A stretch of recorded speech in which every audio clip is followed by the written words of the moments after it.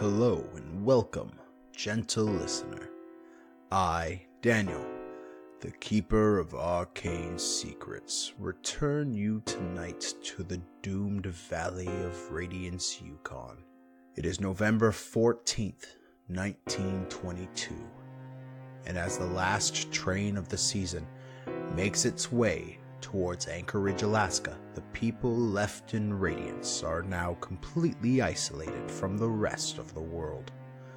The sun shines for only the briefest of moments, and soon only the northern lights will illuminate the harsh landscape for the next 37 days.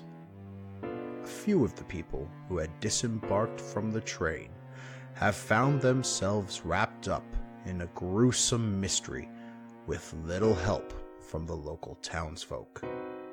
All of the geologists, spare one, have died horribly or been driven insane. The residents of the town seem to be acting strange, even becoming violent. And it seems that the dead don't necessarily stay dead. The frightened group of people who had left the town to try to help the outpost are the miner named Moses T. Ripley, a wealthy young lady named Charity Flanagan of the North Carolina Flanagans, the French detective Martin Noir, and the mysterious man known only as Gunther. They were recently joined by nurse Gertrude Cornelius and a wounded local deputy named Kelvin Keith, and guiding them through the outpost and the surrounding area is none other than Dr. Leonard Winkler, a nervous scientist with a good heart. Dr. Winkler had discovered his fellow geologist Ryan McKinney walking naked in snow, babbling, and the good doctor bundled him up and brought him back to town, where Ryan attacked Detective Noir and Gunther, nearly murdering them before Rip and Charity intervened with lethal force. Moments later, the volatile sheriff and his two deputies appeared and took the corpse away. But Deputy Keith came back and convinced newly arrived to town nurse Gertrude Cornelius to help examine Ryan's twisted body at the police station. As the others headed north to the outpost to find out what had happened, they discovered another geologist frozen solid in the snow and missing an arm. As they examined this mangled corpse, Nurse Gertrude was attacked by Ryan's headless body, and she and the deputy barely escaped with their lives. They tried to find a dog sled to follow the others and get more help, but they were instead attacked by a crazed woman with a baseball bat, and both the deputy and the nurse were badly hurt. The others finally reached the outpost and discovered a horrid scene in the kennels and residences, but no sign of the last geologist, Dr. Dietrich Lang. During their investigation of the outpost, the nurse and deputy caught up with the party, and these 7 people finally succumbed to their exhaustion and decided to rest until daylight. The next morning, after checking the laboratory and finding a significant amount of TNT, Gunther, Gertrude, Charity, Rip, and Detective Noir decided to head to the mine, while Dr. Winkler stayed behind to tend to the wounded deputy and keep an eye on the sled dogs. Let us get to know the good doctor now. Hi, my name is Dr. Leonard Winkler. I spent years studying geology, and when the university sent me up to Radiance, I got really excited. I mean, this is where the gold rush started, and there's lots of really cool rocks up here, and oh man, it was the best. But my ailing mother and my sister had to stay in Edmonton, so I could only see them on my birthday in July and right before the sun goes down for all those days at the end of the year, but at least I get to see them. They're all the family I have left. I mean, my brothers died in the war, and My father had his heart attack when he was yelling at me for being weak. I mean, my mother was never quite the same after he passed, especially since she caught tuberculosis while standing in the rain at his funeral. But Dottie, that's my sister, you see. Dottie can't work since she fell off the horse and fell down the ravine on her honeymoon. So she stays at home and takes care of Mother whenever the pain in her back and her hips let her. So they're doing okay, I guess. I send them most of my wages, and while I know Dottie's husband, Robert, spends a lot of time at the local bars, they usually have enough money for everyone's medicine. I mean, I know I should stand up to Robert, and I think that's why Maud left me before I could get a second date. But I just don't like showing up for work with more bruises, you understand? Anyways, my team members up here at the outpost were all really nice. Ryan teased me a lot, and it was nice to finally have a friend. I'm sad that he had to get killed in the street. Oh, and Melody was so pretty. Her husband died in the war, and she never really got over him. But I had always hoped that once she stopped mourning for him and didn't see her late-night therapy and exercise sessions with Dr. Lang, maybe she'd have seen that I'm actually a pretty nice guy. And I'd love to finally meet a gal who's interested in more than just one date. As for Dr. Lang, I'm really thankful for his leadership and guidance. He rarely speaks to me, but when he does, he tells me I'm satisfactory and adequate. Adequate? I've never been adequate at anything before. Yeah, it's great to have friends up here. I'm also grateful for these new people, my new friends, who are helping me get through this horrible time. Ryan and Melody seem to have lost their marbles before they died, and now Dr. Lang's missing. I'm staying behind at the outpost, watching over the dogs and Deputy Keith, who's wounded, while the others go up to the mine to try and find Dr. Lang. I hope they're all okay. I really don't know how to help a wounded person. I mean, I kept fainting during basic training during the war, which is why I got the discharge. And these dogs keep growling every time I try to pet them. One of them keeps licking its lips.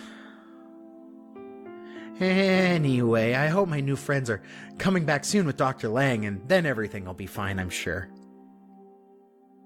But everything is not fine.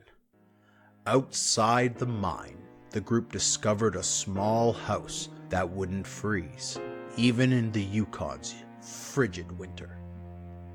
Instead of entering, they used some TNT to destroy the house and revealed a pit of writhing, screaming worms that seemed vulnerable to the light. Detective Noir lit the worms on fire, and the 5 shaken investigators headed to the mine, where they discovered the eviscerated and splayed corpse of Dr. Lang, hanging by his own entrails and blocking the entrance.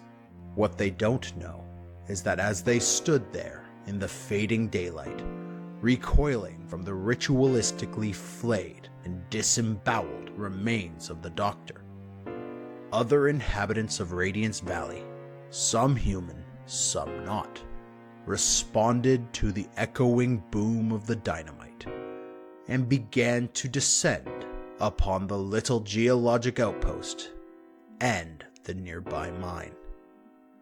We now continue with part 3 of the nightmarish miniseries that I call The Deep Dark of Radiance.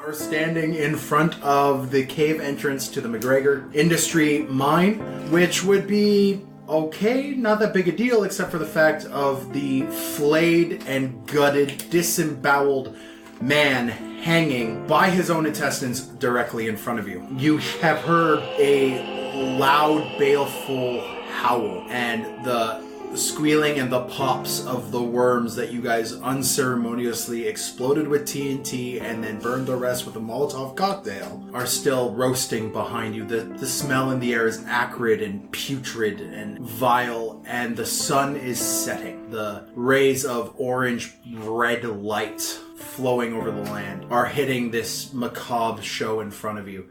What do you want to do? Is he hanging in blocking our path in the tunnel? Or Yes, he is taking up the majority of the path there. His feet are not on the ground. He is not actually holding on to anything. He is strung up by his intestines. Do we need to burn him? I don't want to touch him. Let's just leave. It's getting dark. I don't want to mess around with this. It took us how many bullets to blow it up last time? You said come here. And then this. This doesn't look like a get out to you. So now we're leaving the caves. Wait, is there anything else up on the walls of the cave? You cannot see past this guy into the cave. I'm gonna flash my camera. Yeah, you can do the flash. I need everyone to roll a spot hidden. Didn't get I it. got zeros. Oh, that's 100. I got 45 against a 52, against a 62, so I have succeeded. I've succeeded. I have succeeded. Okay, remember if you I amazingly failed. succeeded, didn't if you You succeed, super succeeded. That's Yeah. a 7. I? I got a 7. those of you who have succeeded with the flash, you actually see hanging behind him in this cave, strung all over the walls, are statues, little wooden effigies themselves, all around the walls, and they are covering the inside of these cave walls. You only get the briefest shadow of them, and they look like a little hoop with arms and legs. It looks like they're man-shaped, and they are through this entire cave. And as your eyes adjust, they disappear from your sight further into the darkness of the cave. The flash, Charity, blinds you for a moment with your critical failure, and basically the only thing you can see when you close your eyes for the next couple minutes is going to be an outline of the horrible sight of this dude strung up in front of you. Great. Awesome. Should we burn it? Yeah, burn it. It's starting to get dark.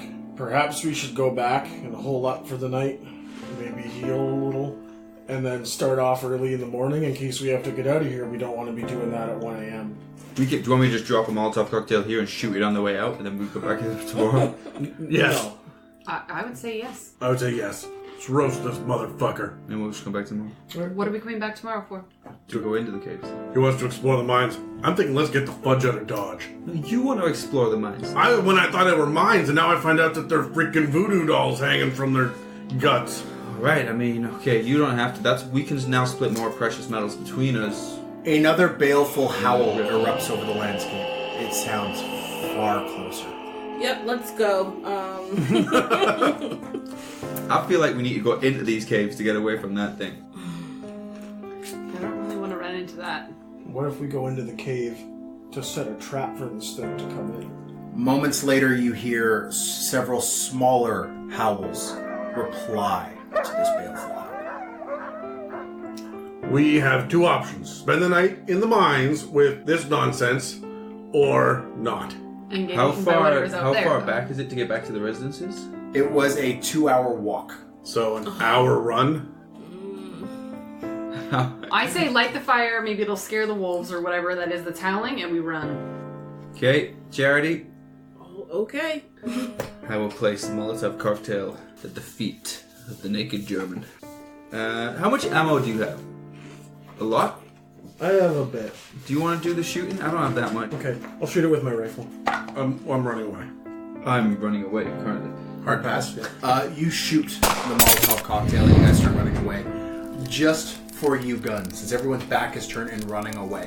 The fire from the Molotov spreads, just splashes up like a Molotov is, but it catches onto the body of who you would assume is Dr. Lang. And the fire spreads quickly, and he starts to quiver and howl in his spot. He is fighting against the bonds, against the flame that is on him, and this high-pitched, squealy howl pierces your mind. I need you to roll a sanity save, please. 10. 10? I rolled a 10, yeah. Okay. This guy's bulletproof. Yeah. Mentally bulletproof. You are unsettled. You see him shaking and convulsing in spot, moving faster than his muscles should allow him to do in this spot as he trembles in this opening. And you turn to run, and his scream follows you. It's this howl that just extends into the night. And in response to that howl, you hear another baleful howl, this low moan of a growl that just rips through the entire terrain around you. And it is very, very close. We are going to do a chase. I need a marching order, please. We just going by decks? No, I actually want to establish a marching order first. You said you ran first, then I said I ran. I have the dynamite. I will go in the back. You guys don't need to run through the carnage if something happens. Okay. I will go first. I stick close to this guy, so. I'm thinking the middle. I guess I'm right behind. Okay. Okay, so we We'll have have the from detective front going to back. first. We have Martin with Yeah. his dog, Charity. With my rifle, I guess. After Charity, we have Gun. Gun is last. Rip is last. I got the dynamite. No one should be running through the explosion. Gun was the one that shot the thing. Okay, well, I'll be waiting for him to pass. If you are waiting for him to pass, I need for you to roll a sanity check as all of that stuff happened with the corpse. Yeah, I pass. Okay. So after Charity will be Gertie, and then Gun, and then Rip. I need everyone to roll a speed roll. What this is make a Constitution roll, please, as you are booking it. Now, if I roll really high and I'm going really fast, can I choose to hang back? Yes. Okay. Is higher better for this situation? Lower is better for this situation. Right. Okay. Right. And there's no way I can push this roll at all. No. So if one was to roll a 96, Actually, no, you can push this roll. I'm gonna push this roll. I succeeded. I succeeded.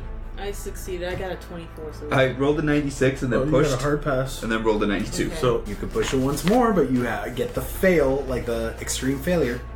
How far away are you? Maybe use some luck. Oh, I rolled a 96 and then rolled a 92. Okay, No, so... I'm gonna push one more time. Come on, you bastard! I'm going for the extreme. Okay, I got 31, but I'm gonna smash some luck into this. How much luck are you throwing into this? Well, I have 68 luck, so I gotta pass it, right? So You have to hit the extreme difficulty to succeed on this. yeah, but I just rolled 31, so it's not that much. Okay. It's 18, 19, so I'll just use 19 points of luck. That takes me down to 57, 47. Okay. That's the first bit of luck I've used. Hard pass. You got it, right? Yeah. hard success. Hard success. Nicely Hard done. roll. Since everyone passed, everyone's going to move forward, but because Charity and Gertie doubly succeeded, Charity is going to pull into the lead, followed by Gertie, followed by Marquette and his dog. Basically, you stumble, but you manage to pull yourself back up to keep moving. Your smoker's lungs are not having fun with this right now. Then Gun, then Rip. Rip, Yep. crashing out of the trees behind you as you guys are running down this hill. You see wolves. 4 or 5 of them at first follow in behind you. They're moving quick. They're moving very quick. And they are panting heavy, and you see as the sun is setting around you, you see a red tint to their eyes. You guys are running down this curve, and I need for everyone to roll another speed roll, please. Now, you can forego your speed roll Ooh, to break down a barrier, which will be 5 wolves behind you, or slow the people behind you if you would like, but you are foregoing your move. To do something. Yes.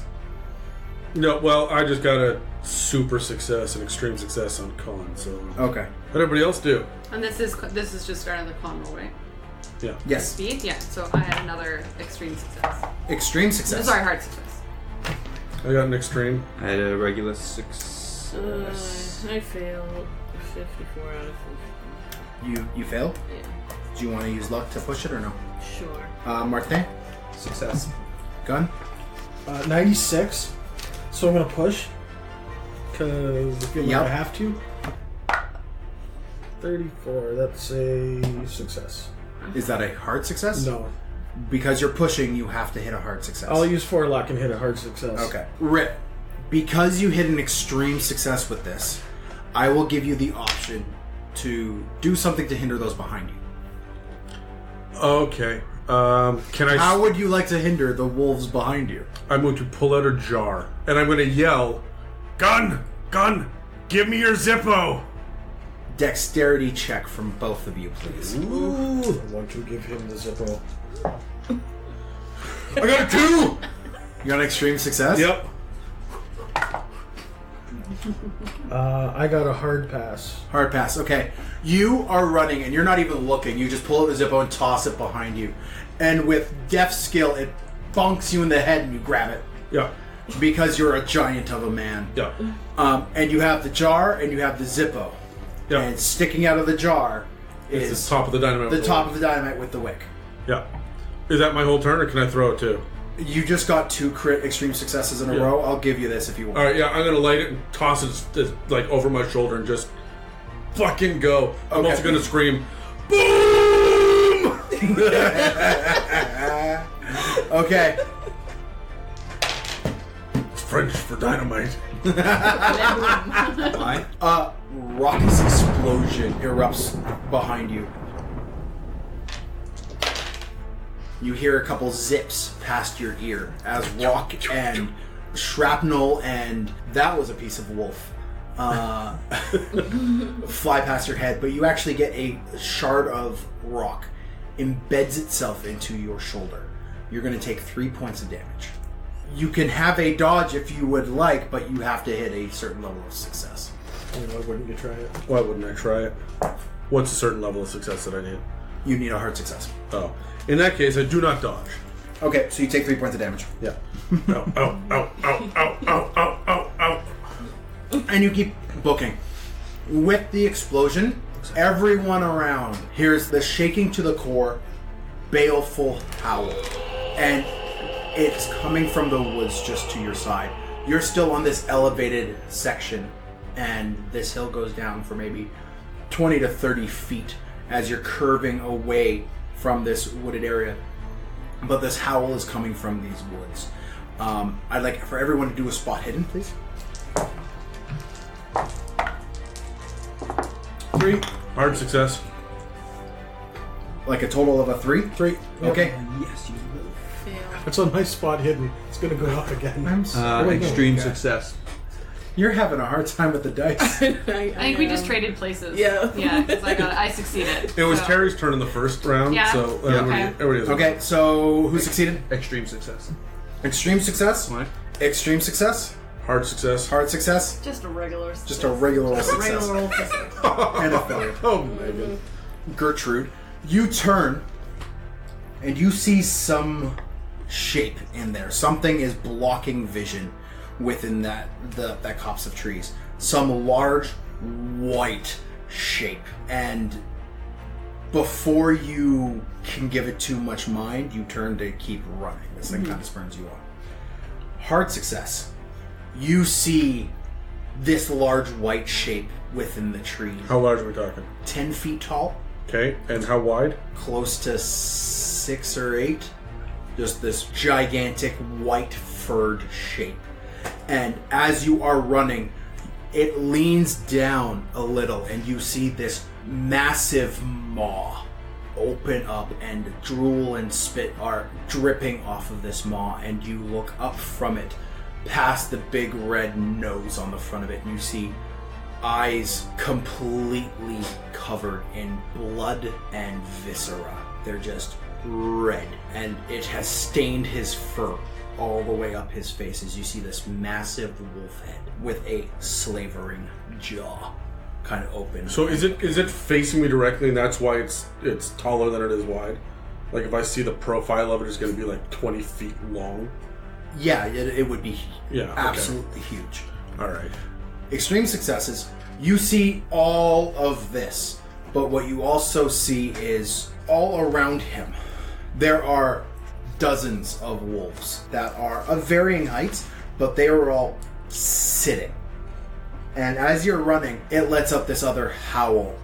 You see erupting from its fur and from around it, these wolves all charge towards you. This is probably about 100 feet away, but it seemed to the two of you that these wolves were created out of it, and these things ran out of its chest towards But you. it's 100 feet away? It is 100 feet away. Well, I would like for everyone to roll Constitution checks to keep running.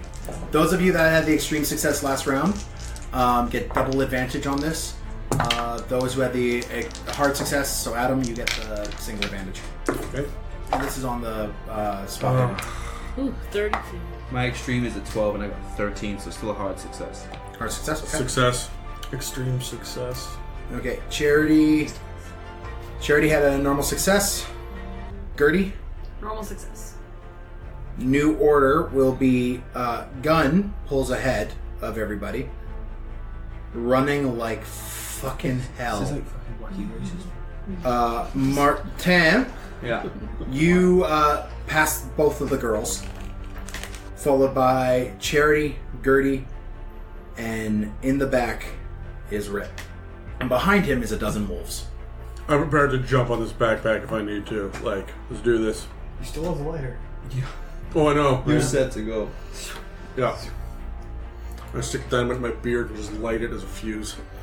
You guys curved this corner, and you've hit this spot that is fairly rocky and loose Good. as you're running.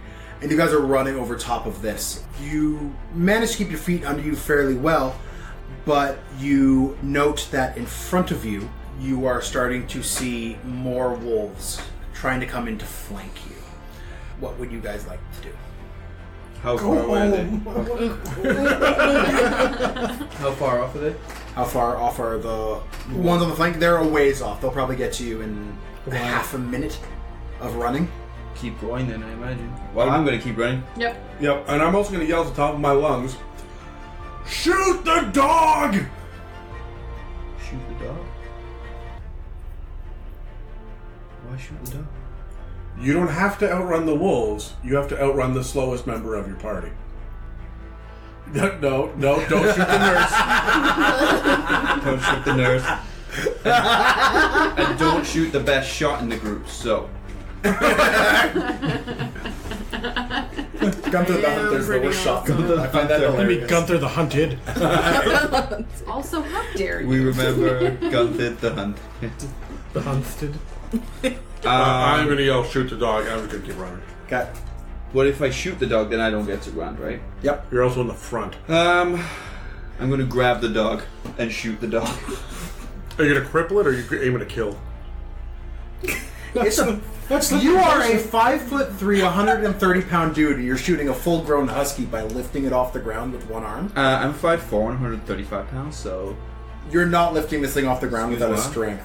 So you can No, probably I'm just not like shoot. holding it up. I mean, I'm gonna lift his head up, is what I'm doing. I'm not like... and then I'll shoot it in the hip. Fuck, dude. Okay, roll an attack. Do I get advantage as he stood next to me? Yes. Yeah, you get And advantage to he shoot trusts the you. dog. Double advantage? Yeah, double advantage because the dog trusts you. You're his friend. Does he trust me?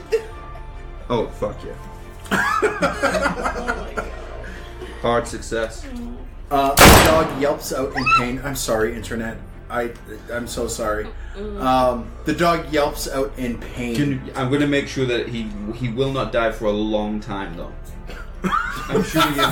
We're being chased But I by want, like. yeah, but I want him to be in 20 pain so that he's monsters. attracting. Like this dog should be in a lot of pain. To You have attract the shattered its hip with a bullet. It's in a fair amount of pain. wolves. Excellent. Yeah. Excellent. I went a little... Motherfucker. Dan needs a minute. Dave needs a minute. This has gone south on No. us. We bring our own horror to Call of Cthulhu. I would like a Constitution quiet. saving throw. A Constitution check from everybody, please. Get him to run past us when bring it on. A 2! Success. Success. Oh, you don't get. You are still just shooting showing a dog. All right. What do we got? Success for Gertie. Success. Failure. Extreme success. And your failure. Yep. Okay. So Oh. Rough, That's what my mom says too. Charity and Gertie pull back ahead onto the gravel. You guys are now on the gravel here. Whereas Martin stops to shoot a dog in the hip. Painful. Ensuring that he stays alive. Which you hear the yelp of the dog and hear your childhood pet deep in the recesses of your memory. You hear it scream out in pain, and that causes you to stumble and slow down for the turn. As this horrible act happens, this horrible, deplorable act of animal cruelty happens. You're a neutral party. It's not on you to offer opinions on my actions. Dungeon Master. I will, though, and I say, good job. Meanwhile, Rip is somehow energized by this display of... This may just save my life, though. Yeah. Right, So you are booking it. You actually pass by Martin, and as you're going, you kind of grab Martin and you help Gunn from stumbling as they are going. So the three of us are moving So together. the three of you are now moving together. That's your extreme. Further ahead, everyone's got their feet back under them, and you hear the sickening sound of ripping and tearing. They're going to be killing him fairly slowly, or? You have more than the dozen wolves that are following you right now. One more time. But this time, because you're all running on the gravel, you all have a penalty dice. What's a penalty die? You roll 2d10. You have disadvantage. So you roll the percentile dice, and you take the lower of the higher of the op. So 64. Mine was 68, but I'm going to bang some luck into this. I fail. What happens if I push when I have disadvantage? You roll again with disadvantage. Disadvantage? I got a hard success. With disadvantage. Yeah, I rolled a 34, and my heart is 40. Okay, I succeeded with luck. Gun. I rolled a 28, and then a 98. You may want to push this, my friend. Yes, I think I will push this. It's better with a 97. Super failure. Okay. Charity. Oh, you're fucked. I got I don't have a enough luck 64 to make this better. over 50. Do you want to push it to try to succeed? Yeah, I just roll it all again. Yep. But you're trying to hit your hard success, which you fail. Yeah. Oh, God. By how much? Oh, what? Yeah, 80 something. Gertie, I fail. you fail. I just shot a dog. I am just steamrolling past everybody. You, at this point, you are running past people, and you can't. And you know what? Which one? You say they're flanking, right? Which one is closer? Which side is closer? The left. I'm gonna veer towards the left Okay. and start reaching, trying to find another. Okay. Roll a dexterity check. 20. Yeah, that is a hard success. Okay. Yeah, you grab another jar, and you still have the Zippo with you. Yeah, I'm gonna light it and turf it as soon as I can. Okay. Towards them. Towards them. Okay. You hold on to it for a minute as you are booking down, and you light it when you think you're within range, and then you hurl this thing. I need for you to roll another dexterity attack, basically. As you're trying to throw a jar with dynamite in it as far as you can. Yeah, I'm really just trying to buy them time, so I guess Yeah. I'm sacrificing my next. And you are sacrificing your next move. We're gonna push that 94. Oh, shit. You now have to have a hard success. I've never had so many high percentile dice rolls. Just a regular success. Yeah, I've got the luck to push it. I'm gonna use my luck, Okay. and I'm gonna get a hard success. Okay. Oh, that hurts. With another resulting boom that echoes through the valley, you see parts of wolf and dog spray across the plain in front of you. Everyone is kind of stunned by this, and they trip up on the gravel, but you cause this explosion. What this is going to do is going to give everyone just an automatic success for the next round. The wolves around you, there seems to be this dozen or so that are coming from the right flank, and then wolves are starting to peel off from behind you. You don't see this large shape anymore, this great big beast. You don't see it anymore. And you are booking as hard and as fast as you can. You hit this open plain area, and it's kind of like that scene in Lord of the Rings where all of the horsemen are kind of descending on your party, riding away as fast as you can. We'll do one last Constitution check for a speed roll. Another fucking 2. Are you kidding me? You haven't normally succeeded. 4. Your first round, you had a normal success. Every other round, you've had a hard or a... I need a 60. Con is my thing, man. Yeah. I need a 60 and I roll a 60. Cool. You got a success. Success. Success. Extreme success. I failed. Can I roll again? Yep. You can push it, but you have to get a hard success. Which is going to be the top of those 2 small numbers. No. Can I use my extreme to help? Yeah, that would give you advantage. As you watch. Yeah, she slips and I grab her by the arm. I also had an extreme success. Roll it again. Don't fuck this up. She rolled 50, 60, 70. So Gunn and I are with Charity. Yep. You guys are trying to drag Charity along, but she just can't keep her feet under her as the 2 of you blow past everybody. As the 3 of you are trying to struggle to lift Charity up and get her moving.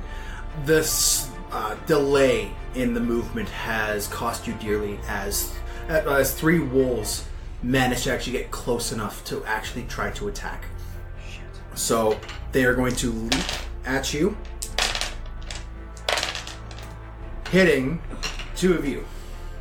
Right, we stopped to help you and we both got smoked. The 3 wolves pull out. One of them kind of skids on the gravel, not being able to get a good footing for a pounce, but 2 of them do manage to pounce and jump towards the 2 of you. That would be Rip and Gun for Rip those and that Gun. can't Yeah, see Rip and Dan Gun. pointing. Sorry. Dealing 3 damage to Rip and 2 damage to Gun. Do we not get a chance to oppose this? No, not It's part of the chase mechanic? not because No, of the chase. because Yeah. it's a part of the Yeah. chase mechanic, we can't fight back. Good. I will pay you all a lot of money if we ever get back. You're that character in every disaster movie. If you save me, I will give you money.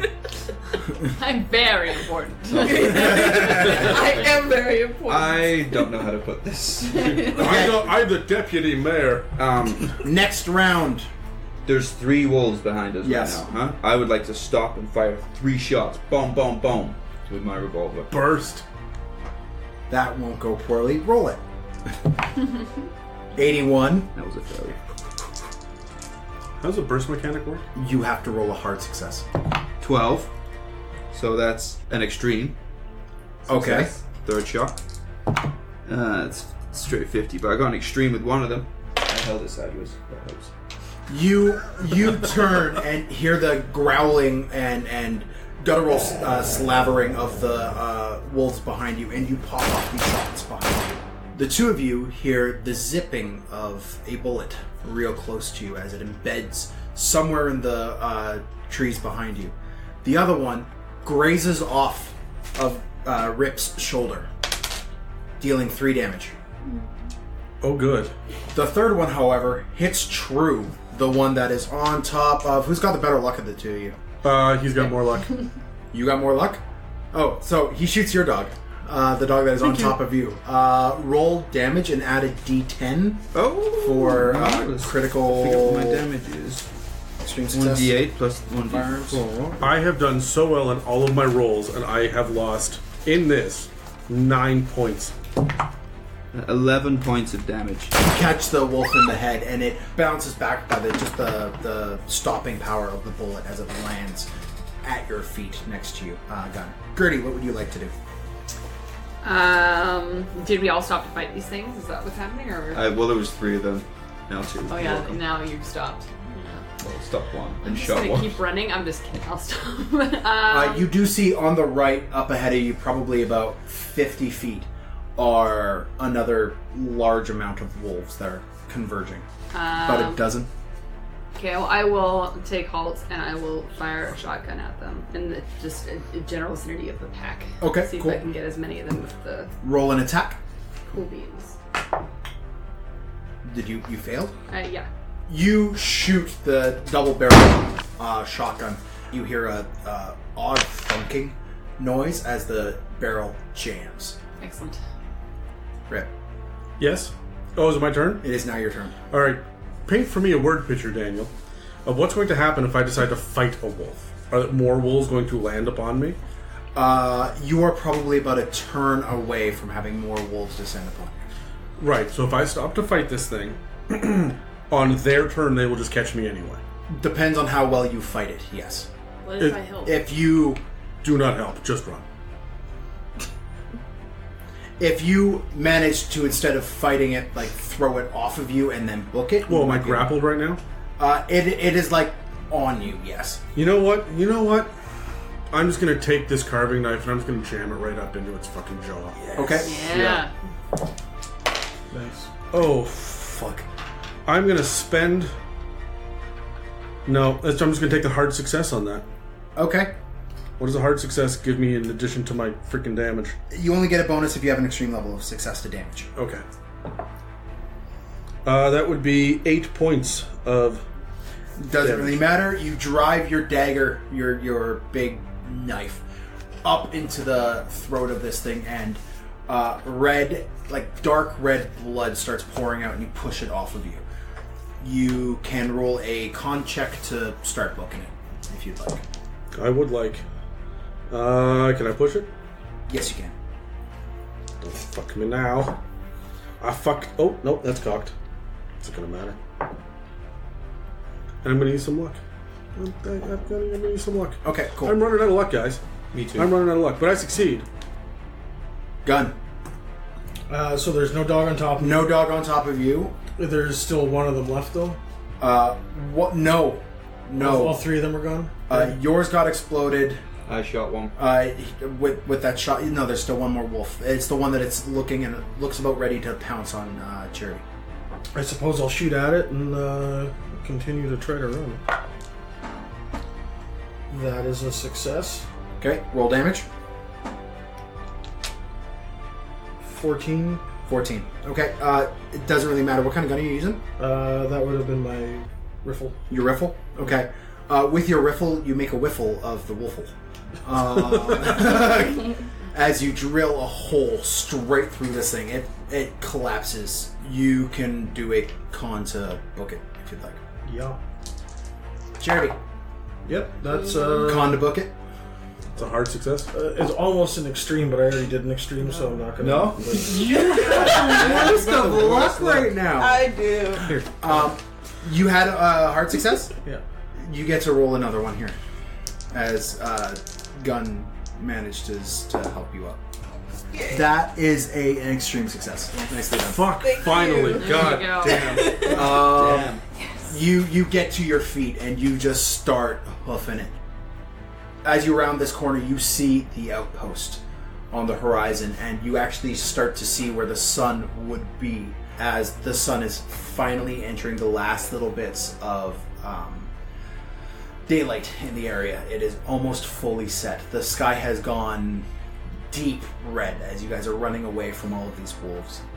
And you start noticing that black crows are flying behind them towards you. However, good news. The 3 wolves you killed are descended upon by the wolves behind you. Almost all of the wolves stop and tear apart what were once their friends, chewing and ripping these things apart, giving you guys some space from the wolves behind you. Got their cabanos. However, However, you said like 20 fucking minutes ago, for your last roll, don't you fucking however me. I am dying. I'm going to give you one more. There is a dozen wolves on the right that are coming towards you. How far away are they? They're about 30 feet from you. Can you throw a stick of dynamite 30 feet?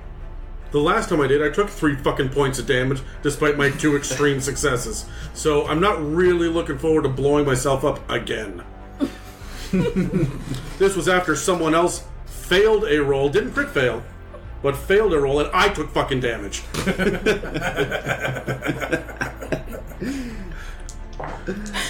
Oh shit. Oh No. shit. Oh, no. I gotta push it. These dice are banished. I told you, use those. Okay. No. Okay, don't use those. Well. I pushed my roll and It's got been an a extreme pleasure. success. You pushed your roll. and got I an pushed extreme my success. roll and got 007. I succeed. I'm gonna spend some luck to get a regular success. Okay. Rip.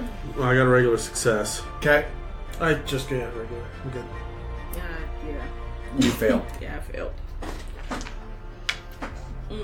Okay, so what that's going to do is that's going to drop your order.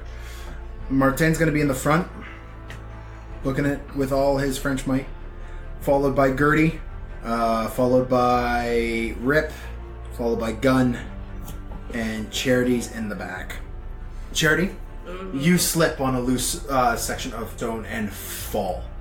You are scrambling in the gravel. However, the wolves behind you are distracted. So this might not be a horrible thing right now.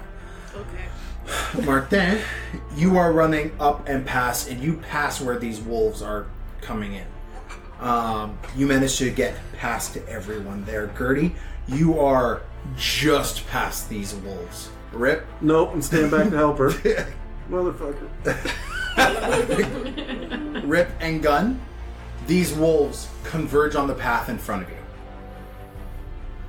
Torch and lighter. Back, foul beasts! No, it's not D&D. Okay, roll Intimidate with advantage. Sure. No. Same thing? With advantage. They don't like the fire, though, right? That's They what don't. I'm banking on. No. I'm gonna use some luck. I'm gonna be successful. Okay.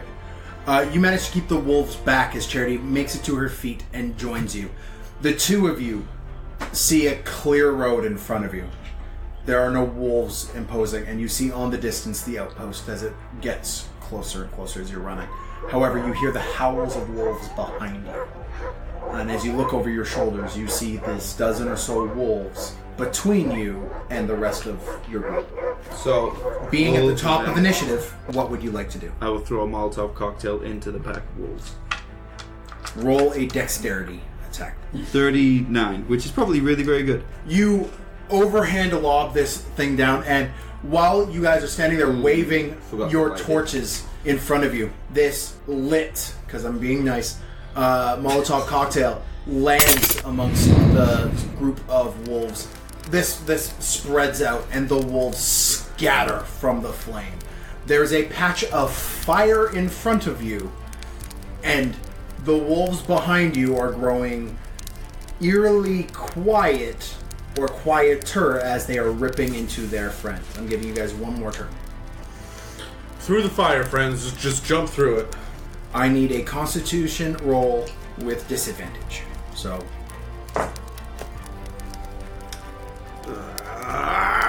Nope. I'm just gonna take the 93.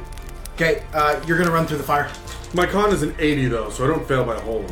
No, you don't. You're just gonna take a point of damage Good. as you run through fire. Rip, Gun, Yeah? your turn. What are you doing? I want to get out of there. Are you gonna run through the fire? Well, it's either run through the fires or run through the wolves. Yep. Fire. Okay. Yeah. Oh, that's an 88. That's not gonna be good. Good year, though. Should I use some luck? Do you have 28 points of luck? Yeah, I got 55. That's half your luck, man. Now's the time. Yeah, it's either gonna be half my luck Do or or half my die. life. Yep, lucked. You run through, ducking and weaving through the flames, following the footpath of the giant that preceded you. Charity. I'll run through the fire. Okay. Alright, here we go. 38. Yeah. Yeah! Yay! You make it through with nary a flick of flame caressing your skin. Of course. You guys make it past the wolves. The fire from the Molotov is separating them from you, and you guys manage to push towards the gate. You hear the distant howls and growls and yips and various other noises. The birds seem unimpeded, and as you reach the outpost, you see that the gate is open in front of you, and lining all of the building tops all around you are crows. What would you like Just to get in the fucking buildings. Yeah, Okay. let's go find Mickey. Okay. You guys make your way into the outpost Go for it, Dave. around, and you see the front doors of the residences busted open. Winky! There's no response. However, you do hear a whimper from the mess hall. Revolver out. Revolver out. Revolver out. I shall enter the mess hall and yell, "Arrest! Police!" You turn the corner to the mess hall, and much like the scene in the kennel outside, it is a gory mess of dog and fur and bone. Dogs have been eviscerated left, right, and center. Not a single one in this room seems to be alive until you locate where the whimper is. And behind the one of the tables that has been propped up, you see one of the smaller of the dogs cowering there, and he's covered in blood, but he is alive. Is he in pain? I don't know. How well do you know dogs? Roll a nature check. Well, I know if one of them is bleeding. Natural world. You don't know where the blood that is on him is coming. If it's Are the rest of us in the building now, too? Mm-hmm. Are we all running in? Everyone's in the building. Wakey! Natural world? 55 against a 10. Yeah. It doesn't look like any of the blood's coming from him, but you can't be too sure. I'll attempt to lift the dog up onto his feet. Do me a favor, roll a persuade. With advantage. 39. So that's a fail. That's a fail for persuade? Okay. You go to pick up the dog, and it cringes away from you and pushes itself further back. You guys hear no sound of Winky. However, what you do note is that the sun finally fully sets, and with the setting of the sun, the aurora borealis in the sky lights up, and it is a deep, dark red, almost blood red. Can I pull the doors closed so they were kind of like busted? They're busted open, yeah. But can I Is there bookshelves or something we could put against? Well, I Sorry, picked up 2 feet of chain earlier. Is No, this but the I thought they same were, like, splintered. building that This is the Keith residence. would be in? This is Yeah. the same building that Keith would be in. Okay, I'm gonna run upstairs. Okay, you run on upstairs. Yeah. There is a bunch of tables in the mess hall, which is right next to these Oh, doors the door's as well. broken? Is that what They are broken. They have been broken open by something. Alright, I suggest we pass through the mess hall and close the interior doors. Yeah. And barricade those. The stairs that go upstairs are from the lobby, not the mess hall. No, I know. I said we pass through the mess hall, barricade there, and then we're in the foyer, and we can head upstairs. Okay, yeah, cool. You barricade all that, and then you guys, what are you doing with this dog? Let's take the dog. Yeah. Gonna try to take the dog? Yeah. Okay. After a couple minutes of, trying to coax it and draw it out, the dog finally comes with you. And it knows your scent, it knows who you are, so it will follow you. You guys manage to get upstairs. I'm going to name him Lucky. You make your way upstairs, and you see Gertie standing, looking into a room. Gertie! In front of you is a macabre scene of gore and viscera. You see the bottom half of the geologist. He is torn in half, and you see, judging by the looks of this room, he is laying on top of Kelvin, Deputy Keith. He's laying on top, and his lower extremities are just gone. Keith's are there, but Lenny's are gone. Leonard Is missing legs. is missing legs. Is he still alive, though? You don't know yet. You're just, this is the scene you see. I'd like a sanity check, please. I'm okay. You're okay. Yeah. It takes you a minute to kind of process this, and in that minute, you hear your group come up the stairs, and they join you. I'm gonna run into the room. You're gonna run into the room? Yeah. Okay. What would you like to do as you run into the room? I'm going to try and pull the body of half of Leonard off. Okay. As you pull the body, it gasps, and he goes, "Ow!" And you throw him on the ground. Well, that just certainly should not happen. You look down and you see that he is pale. He's clearly in advanced shock, and this must have just happened. What would you like to do? I will try and speak at him. Okay. If possible. What did happen? If you can speak, I'm trying to He's gasping. The White Hunter came. The White Hunt? What? It came attracted by the dogs. It busted in. I tried to get up here to save, but it caught me. And he expires. Oh, goodness. And then Keith coughs. Oh, good. Does he look like untouched by other things? He looks unhindered. Interesting. Can you do me a favor, roll a medicine check for the room? Sure.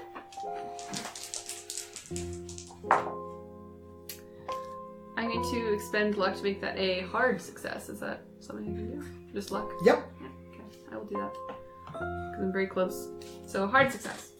Hard success.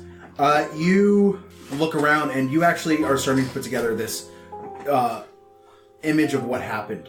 It looks like something came downstairs, busted in the doors, kicked in the doors to the mess hall, and destroyed all of the dogs. Mm-hmm. And as Lenny tried to get away, it tore him in half. And he dragged himself into this room to make sure that Keith was protected. Oh, man. What would you guys like to do? Keith's alive? He's breathing. He's just unconscious. Probably with a fever. Can we move him? I mean, I feel like we should. How are we moving him? We don't have dogs for a sled anymore. At which point I arrive. With your With the one dog. brunt of the litter. I've named him Lucky. I hope he improves your aim. I killed one of those wolves. So. And you nearly killed me. I gotta put in my bullet wound. It's a grazing. Can I perform first aid on Rip? Are we kind of pausing to do looking at wounds and things for this moment? Well, yeah. Has anyone else taken wounds like I have in this? I took some. I probably scraped my knee. That was actually unbelievable how you didn't get I love hurt. it. No, I took no damage. In fact, we got out pretty easy. Yeah, we're good. Just got no one to roll them. I'll start taking out my med kit and be like, all right, anybody that needs anything done, have a seat. I have 3 wounds. Can I get 3 checks on this? Well, I'll do one. Do we do first aid or medicine when it's just like a patch up? First aid. First aid. Do you get advantage or whatever because you have a first aid kit? You do? With first aid. How does one perform first aid? Oh, here we go. Oh, I'll use the first aid kit. We've got 3 of them. While all this is happening, I rolled 2 6s. I'm taking off my finest coat and laying it over. That Which, is by the still way, pass saved for you me. from a lot of damage. It's You just pull not this extreme. piece of armor that you had. Oh, shit. Yeah. And you lay it down, and it's covered in scratches and Sorry. it saved you What from a happens? lot of damage. So when I succeed, what occurs? Didn't take nearly as Being much one- damage as I thought. He gets a hit point. You get a hit point back. If you hard success, he gets a D3. I got a hard success.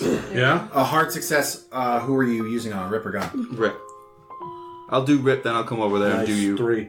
So I've used a kit, you used a kit. How many uses do we get from these kits? 1. Can I use the last kit on you? No, you're probably not worth it. I have 2 kits. Well, I just used 1 on Rip. Okay. I'll use the second on you. Okay. Yup. Yeah, extreme. You get a D6 hit points.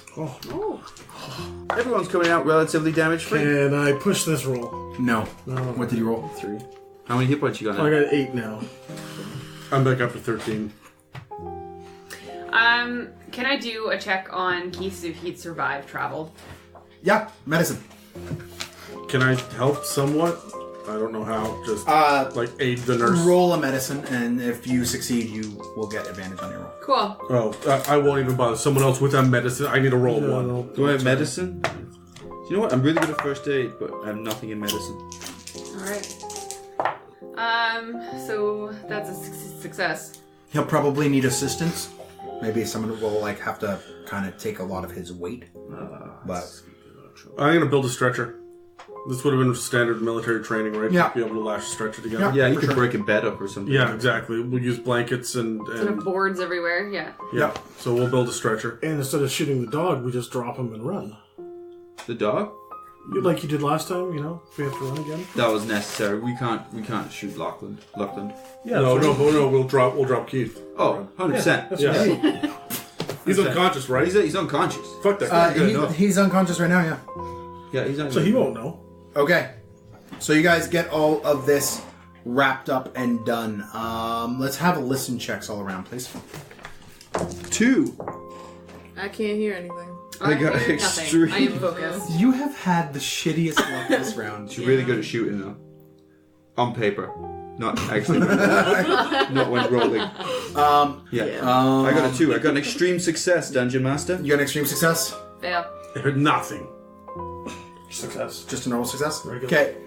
Your regular success, you hear the sound of one of the gates moving. Guys, the gates! Terry, What? you hear very specifically a low chant as someone is opening the gate. Do I recognize the language? You don't. However, it sounds native. This low native chant that just is filling the compound. There's a chant, do you that? I didn't. Can I? No. Can I look at the You window to spot? you would eventually pick it up. Yeah. Can Yeah. I look at the window to spot? Yeah. Yeah, that's a hard pass. Okay. You look out the window and you see fleeing into the horizon the crows that were perched on the top, and they're long gone. You also see surrounding the camp, which is dimly lit with the aurora, the figures of dozens of humanoid shapes on the border of the camp. And then standing in the middle of the camp is a man of maybe 5 feet tall, wearing a big heavy parka. He's got stark white hair and deep brown skin, and he is sitting there singing this song, and he's kind of just dancing in the middle of the camp. Charity, do you know what he's saying? I can see. 54, yes. Yes, I can. Okay. You hear this song, and you actually recognize the song. It is a song of protection. It is a story. Most of these native songs have these narrative aspects to them, and it's the story of a young hunter who, when trapped in the woods and oppressed by evil, was saved by this god of light. And he is singing this song, and as this god of light descended upon them, this hunter who was trapped and harried by wolves and beasts and various other evils, it was the people who were gifted to him as a protector that pulled him out of this and brought him to safety. And that's what this song is about.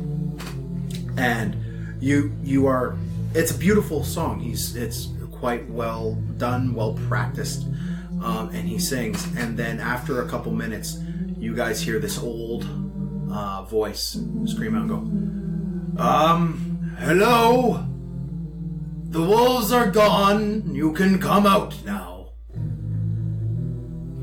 Yeah, I'll walk out with rifle in my hand, just, not pointing out, just, ready to go. I'll go out with my rifle. I'm going to stand in the door and block the doorway with my body holding the shovel. Okay. You stand in the doorway. The two of you work around him and go outside. And what are you guys doing, and what's Keith doing? Well, I'm gonna stay upstairs with Keith. Okay. And I'll probably just look out the window. Heroically. Yeah. Charity's heading over to the book Charity, repository. you bringing your gun? Yeah, I'm bringing my gun with me. But Okay. I'm definitely going outside too. As you go outside, you actually see this man before wearing his animal furs and large parka, but the person talking is standing beside him, and this is a sun-darkened skin white man who has salt and pepper hair, a rather large beard, and a weary look to him. He's older, probably in his 60s, and he's wearing same like native style fur parka and boots, and he's got a cane, and he is kind of leaning heavily on the cane as you guys come out, and he goes, "Oh, well, you are all in an absolute terrible position." And he walks forward and looks at you and goes, "An officer of the law, are you?" And might I ask who you are? He grins and goes, my name is Dr. Vincent Manning. I used to run this facility when I had to leave abruptly, say about 37 years ago. About 37 years ago? Yes, I have lived with the Wolfjaw tribe since those days. Aye, what brings you... My Quebec accent is going to get more exaggerated. Yep. Aye, what brings you back here? When we heard the Great White Hunter was in the region and we saw the crimson skies and the omens were cast that people were in trouble, we came to answer.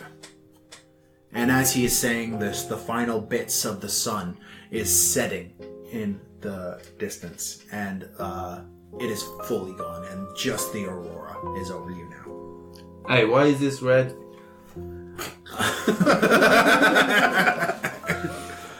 He looks at the sky and goes, that's a very astute question. However, this is not the place. This land is cursed by an evil, ancient, and vile. If you will come with us, we will take you to our camp, which is protected against the beasts and those who follow this evil, and we can inform you of what is going on there. And he counts 4 of you as he points up and sees you with the gun. Hey, where are we going? Now, when you say White Hunter, you're talking about the large wolf-like thing? You have seen the White Hunter. Oh, if that's who it is. It's taken the form of a wolf this time. Apparently. He nods. That is one of its many forms. What are the other forms? It has appeared as a ancient bird. It has appeared as a massive mountain of a polar bear once. There are legends which my friend here can tell you. And I can translate, of course. Do any of you speak Inuit? I assume not. I do.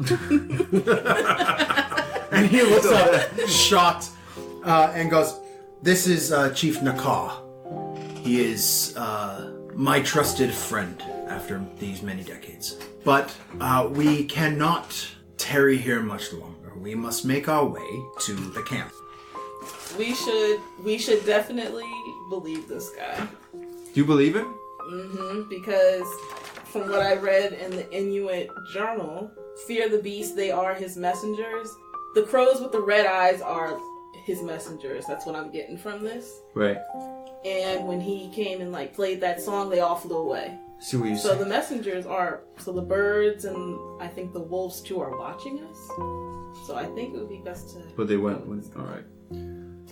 I'm standing in the doorway. I can't hear any of this shit. So I'm still upstairs with Keith. yeah, it's up to you 3. I believe you. Gunther. I'm into Gunther. it. Gunther's into it. Maybe we should look in the rest of these guardhouses for stuff before we leave, though. Yeah. Oh, even as I'm gonna ask you, hey, do you have any ammo or... We don't use those newfangled pistols and whatnot. No, we use bows and arrows. Let's go and find some ammo. We need to go. Right Now, gather your friends and we should leave. If not, Naka and his tribe will leave you here to the wolves. I'll send this. And my friend, believe me, that is a literal to the wolves. All right, I'm gonna wave at you guys. I got the message. I'm gonna go upstairs to get you. Okay. Were you building a stretcher? Well, I was prepping him for travel, and you were trying to build the right. structure. That actually reminds me of one thing. Oh fuck. He turns to you Tabarnak. with your nice little pup named Lucky. And he goes, the dog has to stay.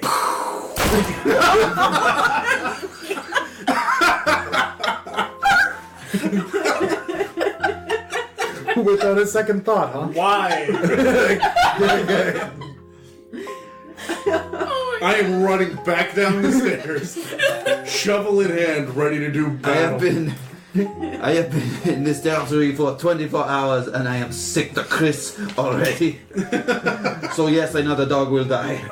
Okay, you shoot the dog, and the old man kind of goes, "Well, that's one way to do it." Oh my god, what happened? He shot the dog. That's something attacking. Oh yeah, he does that. I had to turn around and walk back. Yeah. Gunther, help me build a stretcher. Hey, do you have any lantern oil? We use fire, not lantern oil. We use the rendered fat of the animals we hunt for fuel. Does that work the same as lantern oil? In a way, but we don't carry it on I'm going to pull out a us. Molotov cocktail and shake it and go, can I make one of them out of your seal fat? It is possible. Can I get some? When we get back to the camp, Okay, let's go. All right. we can... Yeah, I'm going to bring everybody over. Alright, what do I need to do to build a goddamn stretcher? Let's get the fuck out of here. You got like broken up. There's no roll for this? I could just... No, you just do it. Cool. And you guys put Keith down on it, and as you're walking, the old man who walks next to you just goes, "So, what is the story with the man in the stretcher? Was he bitten?" Was he bitten? My nurse eyes only see tears. No bites, from what I can see. No bites. We will have to examine him when we reach the camp. Now, are you carrying the other end of this, or is this a sledge that I'm dragging? Yeah, I'll carry the other end. Alright. Gun is carrying the other end. Okay, so you guys are doing that. The old man is going to walk over and and pull out a long curved knife, and he's going to walk up to Keith on the thing and goes, "I'm just going to test him, and we'll see how he does when he gets back to camp." No problem. And he grabs his ear and cuts off his right ear on the spot and throws the ear on the ground. "All right, let's go." I switch you back to Quebec. Hey, what was that?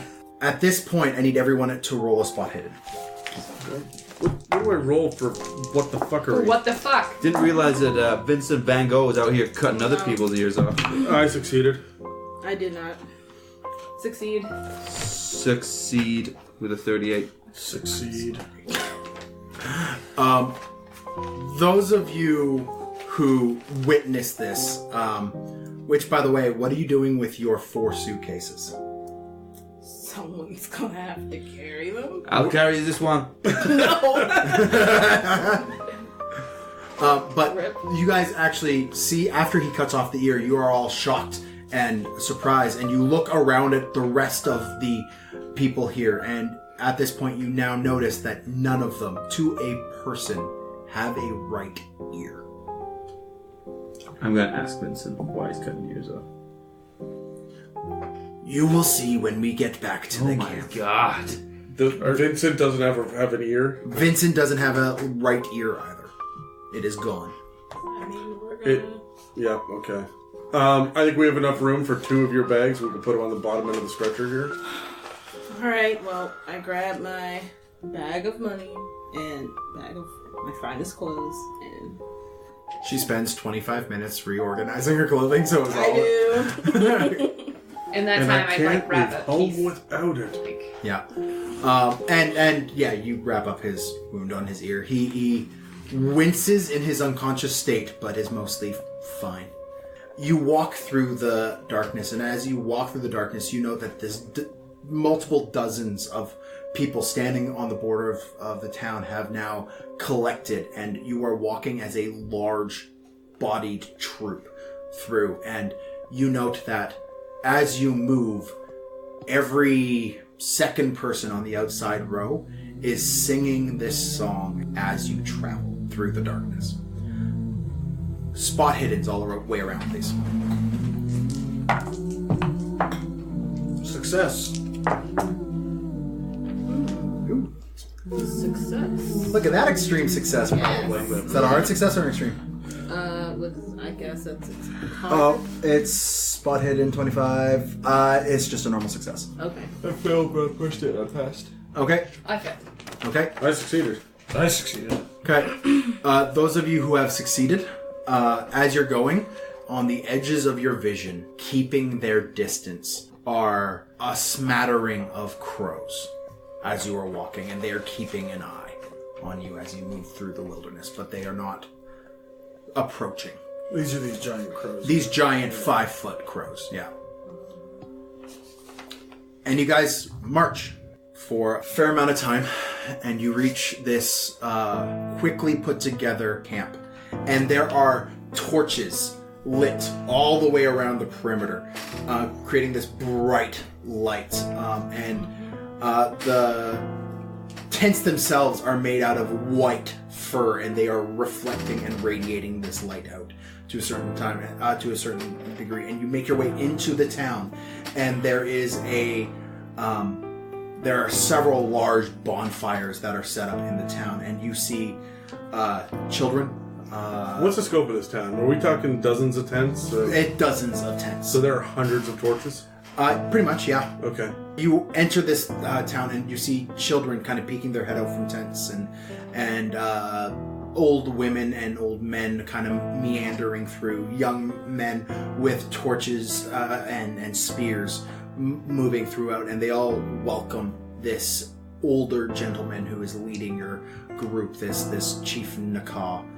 And as you get to the camp, Vincent turns to you and goes, "So it is late.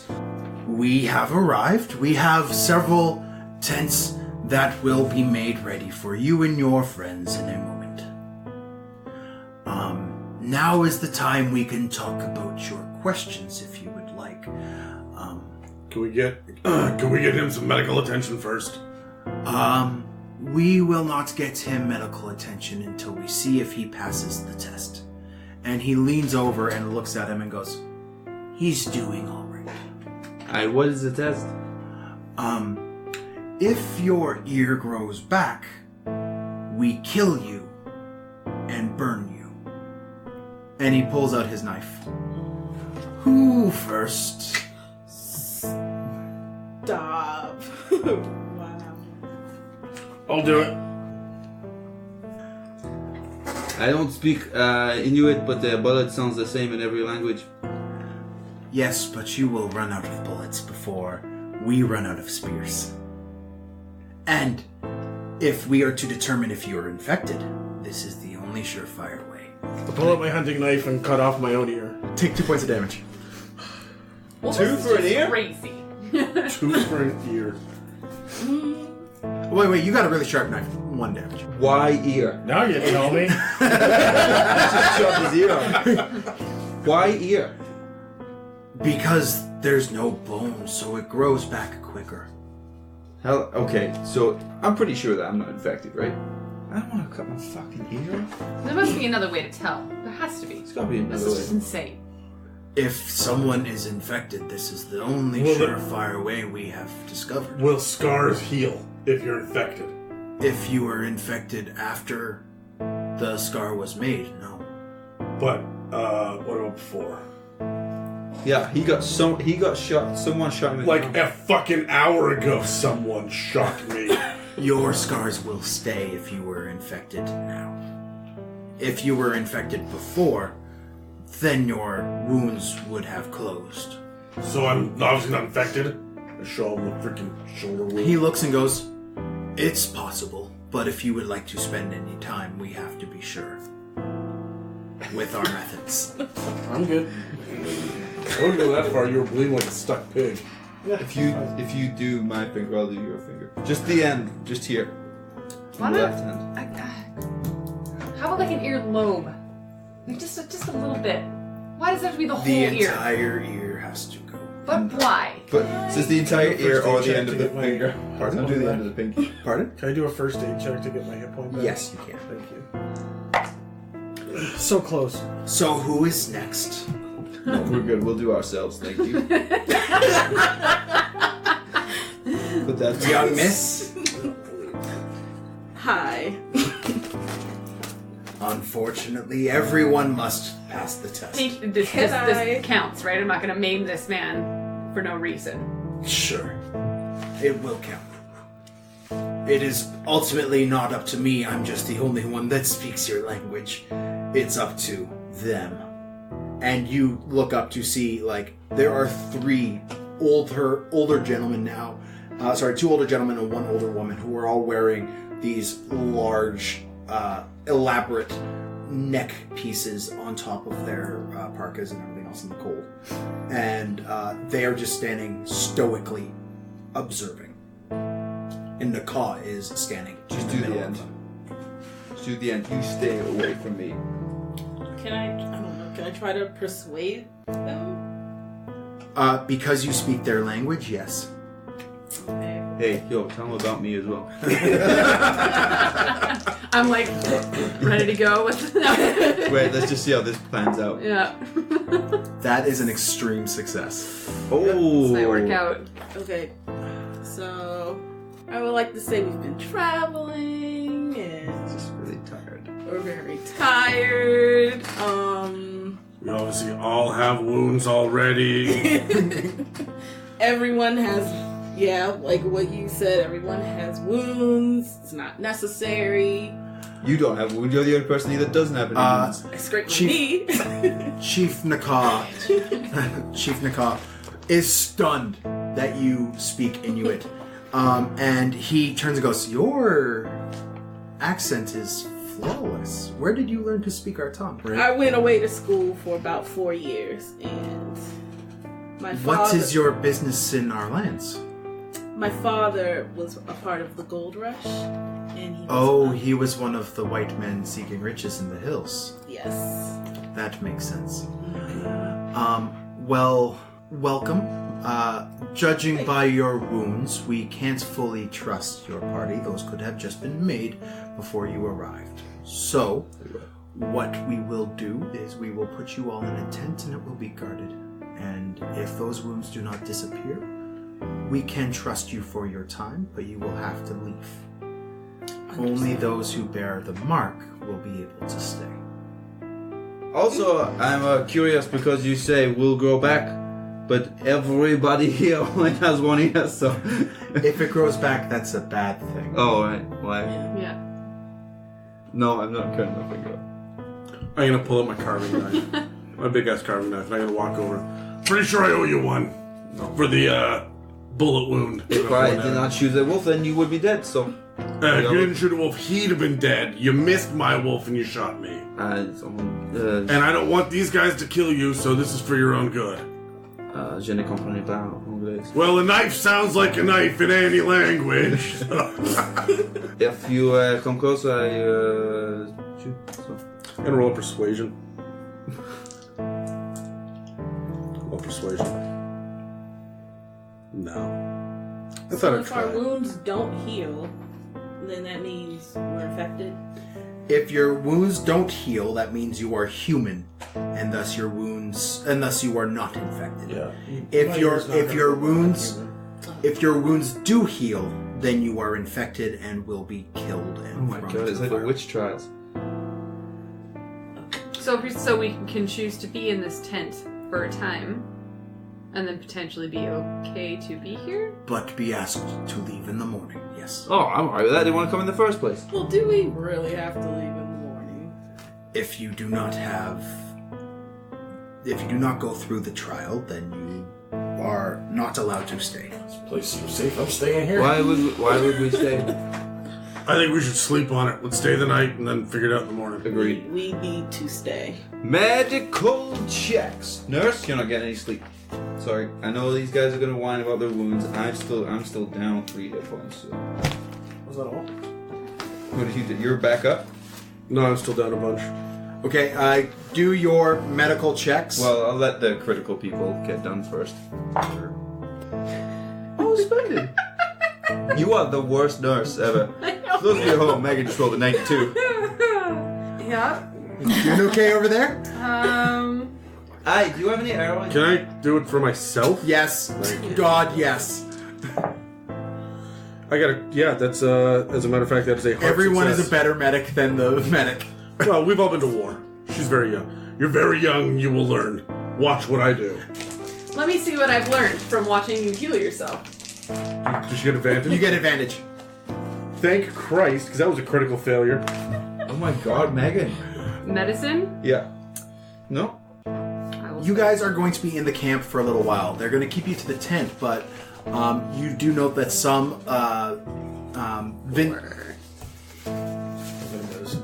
Vincent is going to join you in the tent. Just to keep you company. It's been a long time since he's actually conversed with someone in English, so he's incredibly excited about it. Fucking, I'm cutting my ear off. And I'm doing it right now. You doing it right now? Oh, I don't talk to you. Good. Would you like to use my knife? Would you like my sharp one? I'm gonna use the I guarantee this is sharper than your knife. Alright, okay. There it goes. Take a damage. Is there a fire in this tent? There's not a fire in this tent. And I shall not throw your ear into a fire. Hey, are you healing me? Yes, it was a Can I do success on a medicine as medicine well? check for you. You've got enough men. Like it. No, I don't. It's just she a got regular success. success. Regular success on a medicine check for me. On a medicine D3? check, D3. 2? 2. There you go. I'm gonna do one for Have my myself. Zippo back? Yeah. Hold on, I cauterized my head. There you go. That's an extreme success. Jesus, that's a critical success. That's That a was 0-1. That was for myself. For yourself? For yourself? Yeah. You were playing your nurse how I played my cleric. Critical success on a first aid? That was a medicine. That was a medicine. Okay, so D3, D6. Give yourself... D10, D10. Everything's a D10 in this game. 2? I'm gonna turn to Gun. Well, let's go talk to the people that know what they're talking about. What? Yeah. Well, everybody else is in here. Well, everyone else is in here talking to Vincent. Let's go talk to the others Okay. and know what the natives know. Perhaps we should take the... Do you want me to come with you to translate? I was gonna say perhaps we should take the Inuit speaker Please with fucking us, but, take him. yes. It's probably best for Mr. Noir over here if you were to come with us. Let him... Okay, fantastic. I will... and he stands up from his sitting position, grabs his cane. It was a pleasure to meet you. I hope you don't grow anything so we don't have to kill you in the morning. And he leaves. I'm just gonna keep telling him I don't speak English till he fucks off. Right, you guys go and speak to the elders. You are led by Vincent to the elders' tent. And as you walk in, you see 3 elders and a skinny old woman. She is draped in loose furs. She has a large headdress on her head inside this tent. And you make your way in and you see fires warming this room, and she has a bunch of bones inside of a cup. And she is sitting there chanting to these bones in the cup. And then she throws the bones on the ground and spits. And then scoops it all back up and waddles her way over to Naka, who leans over, hears what she has to whisper, and grunts low and sorrowfully, and then turns to you. And he says something in the Inuit language, and Vincent goes, he would like to know how you got all wrapped up in this nonsense. Okay, and in the name of expediency, I shall tell him the truth. Rapidly. Here it is. You lay the truth out to Naka, and Vincent translates. And as he's translating, there's a couple of moments he goes, whoa, wait, what? You found dynamite? They still have the dynamite? Yep, it's on my person. I'm not leaving. You've got dynamite here? Yes. Oh, no. Okay, I'm not going to tell him that part. Okay. They don't like the boom. It attracts the Great White Hunter. Oh, it attracts him. That's good. Does it also attract him blowing up? There was a rumor back in my day where a series of ambitious individuals tried to set a trap for the Great White Hunter. It is said it laughed it off like it was nothing more than a breeze. How long ago was this? 37 years. I'm sorry, the legend was 37 years old, or this happened 37 years ago? Oh, no, the legend would have been the cycle before that, so 74 years ago. Well, TNT has come a long way in the last 74 years. We have the new Chinese black powder, and I know a thing or two about this, so I'm feeling pretty good about it. All right. And then he turns and says some stuff to the chief, who then responds and says back, "You have chosen the most unfortunate of times to come to Radiance Valley. This is the end of the cycle. Every 37 years, the beasts rise up, and the Lord of Shadows will make his way into this realm." Okay. You're hearing this too? Who's the Lord of Shadows? Some call him the King of Worms. Some call him the Patriarch of Pain. But, from what their history tells them, he goes by the name Nyarlathotep. Nyarlathotep. He seeks It's not a Pokemon. to break into this realm and control all life within. Enslave all of humanity. Alright, and he tries this every 37 years. Yes. What stops him? This tribe have been protectors and guardians of the caves for time immemorial. But the recent incursion of men has given Nyarlathotep a little bit more of a foothold to take advantage of. 37 years ago, when the mining operation was going, he used the miners, and it took us caving in his followers to stop it. Was that you? I was part of that, yes. What happened That to the is others? when I am the only survivor. I pushed the plunger. 74 years ago, it was a couple of the Gold Rush men had found their way to this cave and formed a settlement that named this valley Radiance. And after a couple years of starting the mine and stripping it of its gold, discovered the odd metals that resided within. And I go, these metals? And I pull out one of the rods. the entire room loses their crap that you have one of those in here. I'm not going to pull out the other 11 then. The chieftains stand up and back up, and the several hunters that are in the room that are kind of protection lower their spears on you. Vincent goes, they want you to throw that in the fire right now. He sees it's iron. Yeah, sure. And I throw it in, and it just... It bubbles, and with the heat of the iron, with the heat of the fire, it slowly starts to glow this hot orange color. And when you throw it on the fire, everyone seems to calm down and take their seats. Weapons are stowed again. Why was that? Why? Okay. He sees through the metal. He sees through the beasts. He sees through the metal. He sees through all of it. It's how he influences. Okay. If you have been in touch with that metal for too long, you will be infected.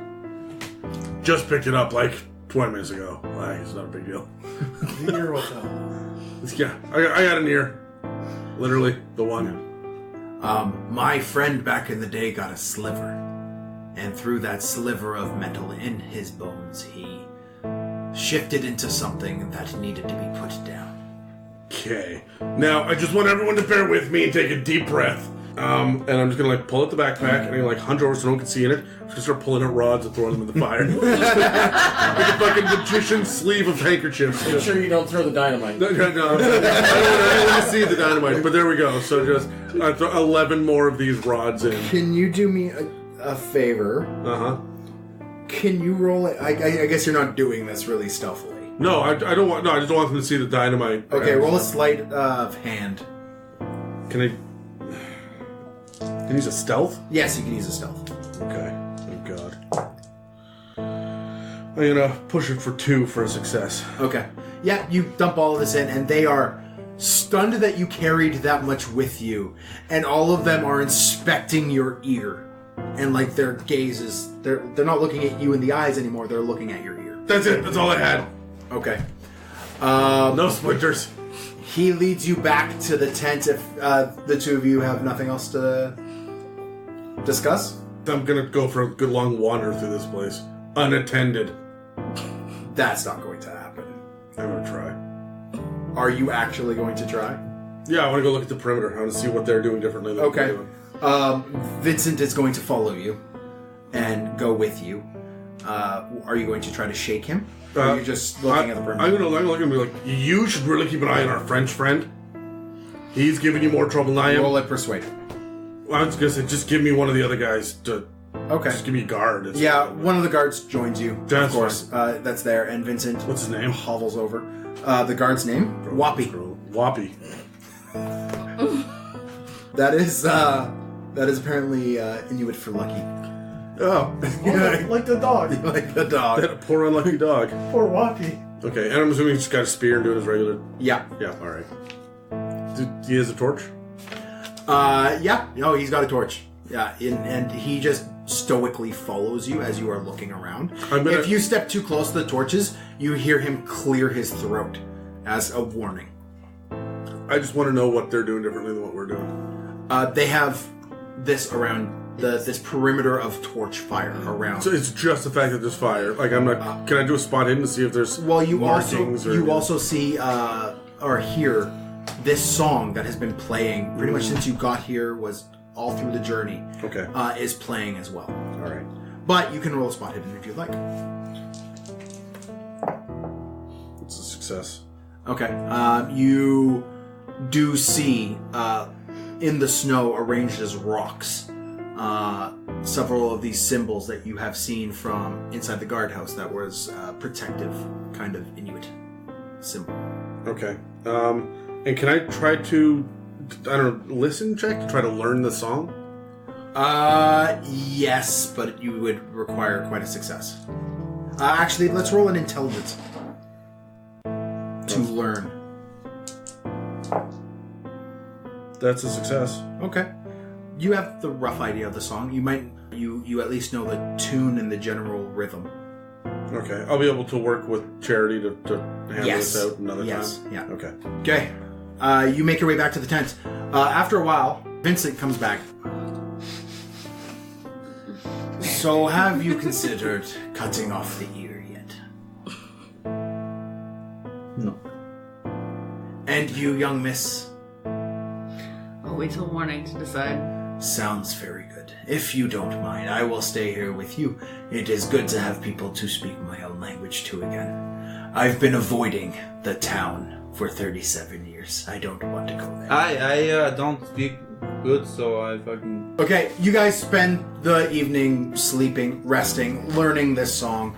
How's Kelvin doing? At about midnight, he wakes up with shivers and terrors and whatnot. Is in a bit of an odd fever dream and is howling in pain. The noise is, of course, disrupting, and after a while, a team of the native women come in and offer to bring him to a separate tent to look after him. I'm gonna go with I would go with him. You would go with him? Yes. I'll go with them if that means Vincent is not near me. Sure, Gun's gonna curl up and go to sleep. Okay. I'm gonna lean over to Charity and be like, this guy used to be a geologist. Whatever info you can get out of him may be useful for us to actually, like, learn about this metal and what we can do with it. Okay, so those of you going to the other room, Keith is screaming and he's not letting up. They are putting cold rag on his forehead and applying a salve that they are making with pestle and mortar and applying it to his wounds to try to keep the infection out of just general, like, gangrene kind of level infection from his wounds. And they are singing this song to him, and it does not seem to be calming him down. And after 2 or 3 hours of this screaming, you guys are exhausted, and the nurses who are here, these old women, medicine women, leave, and a new batch come in to look after him. No, because I can't do this all night. I'm going to bed. No, fuck it. Me too. Okay. I'm actually going to stay up with them, and I'm going to Okay. try and see what I can learn from them. Okay. Like from their with their With their concocting poultices and stuff they're putting on? Yeah. Yeah. Okay, roll a education check. Education. Yeah. That's exciting. Just because you're trained in this field in a way. Oh, I'm going to expend 3 luck to make that a hard pass. Okay, fantastic. You actually are identifying some of the herbs and substances they're putting into this poultice as they're mixing it together to smear on the wound. You have learned what you need to learn from them, pretty much. Like you've picked some stuff up. The rest of you go back to the camp, sleep for the night, and are awoken in the morning. I need you to roll a Constitution saving throw, please. Yes, Megan. That is a pass. That is a pass. How much of a pass? Just a pass. Like 74 to 75 pass. Cool. At about 4 o'clock in the morning, you can't do it anymore. You've done a lot of walking. You ran for your life yesterday. Yeah. Also, you pass out. And you are woken in the morning, and the rest of you are also woken up by a lot of commotion, and specifically angry guards who come in to the room and kick you all awake roughly in the morning. And they're yammering at you in Inuit. Vincent is not there. He has left the room after you all pretty much fell asleep. Did you talk to him last night? Yes. What would you have wanted to learn from him last night? Just geology of the area? Yeah, and that metal. That metal? He tells you that metal is evil through and through. Anything that it is used for will draw the corruption of Nyarlathotep upon it. It is dead metal. It is the metal of the dead. It is infused with shadow and pain, and thus should be destroyed, if anything. However, there's gold near Wolf's Jaw Lake if you want that, I guess. Alright. We're gonna write that a little bit down. And he's gonna let you know, because like he understands why you're asking, right? Right. Golden Wolf's Jaw Lake. That's kind of what you're here for, right? Yeah. But he also points out, every 37 years, this happens. You are all woken up, roughly. You are woken up first, and when you wake up, Keith is gone. He's out of the tent. And laying against the tent across from you is a different one of these medicine women, but she's kind of wearing the same garb, but she's got a large stick jammed in her throat, through her top collarbone into her lungs, and she is laying on the side of the thing dead. And there's a massive commotion outside, and when you peer your head through, you see 6 men holding Keith down as he is straining against them, and he is screaming, crazed and mad from fever. You see his skin has gone pallid and clammy, even more so than it was before. You see streaks of white appearing in his hair, or that had appeared in his hair, which was dark brown and youthful. Yeah. He has been terrified by something to the point where his hair has gone white. He has this stick, and it seems to just be a part of a cot that he had broke off, and he's got in his hand, and he's straining. And you see the 3 elders are standing in front of him. And after a while, the party, you guys are woken up as well, and you are brought to this commotion. And the chief stands there, and he says, "It seems that you have all passed the test, but he has killed one of us, and if you do not remove him from this camp now and never return, we will kill him, and we will kill the lot of you. You You are no longer welcome in our camp. Leave now. And take him with you, or we will kill you. Super glad I cut my ear off for this. Yeah, you came to us as well. We saved you from the wolves, and you repaid us by killing one of our own. Yep. How do we know they're safe then? Ooh, hey. Yeah. How do we know that Hey, we're leaving.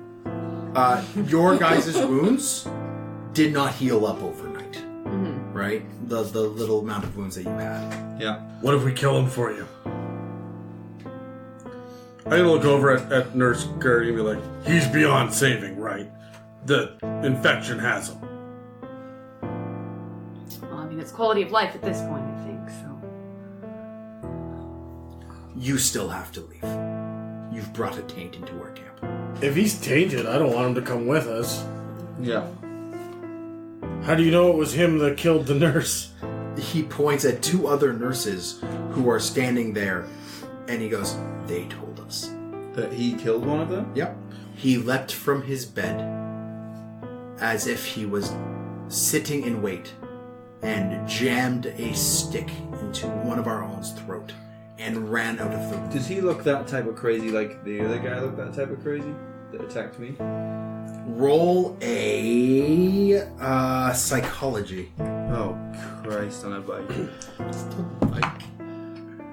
Oh, marvelous. Yeah, 31. That's a pass. That's a pass? Yeah. Yeah, remarkably similar. Oh, yeah. Fuck. No, this was from the other one. Yeah.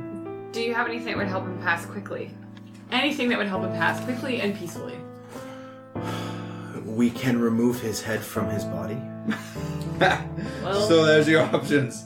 It's a bullet, a bayonet, or a decapitation. drugs, herbs, poisons. TNT. Honestly, that's probably the best way to go. We'll swallow this. That'd probably legit be the best way. I think so. And doing what with it? Strapping a stick of dynamite to him and pushing him out into the wilderness? No, down the throat. Yeah. Put it in his mouth. Terrible way to go. That's pain. That'll be over in an instant. Yeah. Yeah, they say you can Except still you- feel, even after your head gets cut off, you still feel for a little bit. But if you don't have a That's it. central nervous Exactly. system, you're If you done. don't have anything, you don't feel it. Yeah. Look, we've already murdered dogs. Look, turning a man to mist is nothing. I kind of want to be the one to decide what happens to him.